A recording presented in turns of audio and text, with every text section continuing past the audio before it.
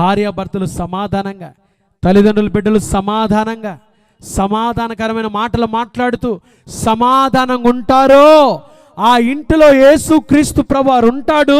ఆ ఇంటి వారిని వారు కొద్దివారైనా వారిని యేసయ్య ఏం చేస్తాడు?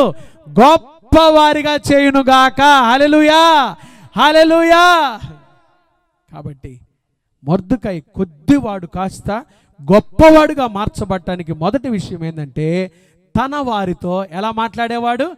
సమాధానంగా మాట్లాడే. చెప్పండి, ఎలా మాట్లాడేవాడు? ఈరోజు నుంచి మన మాటలు కూడా ఎలా ఉండాలి? సమాధానకరమైన మాటలు మాట్లాడాలి, మంచి మాటలు మాట్లాడాలి కదండి.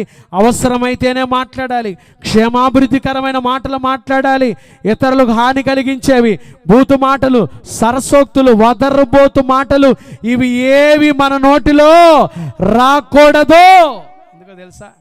మాటలే మన జీవితాన్ని కడతాయి, మాటలే మన బ్రతుకులను పరిశుద్ధపరుస్తాయి.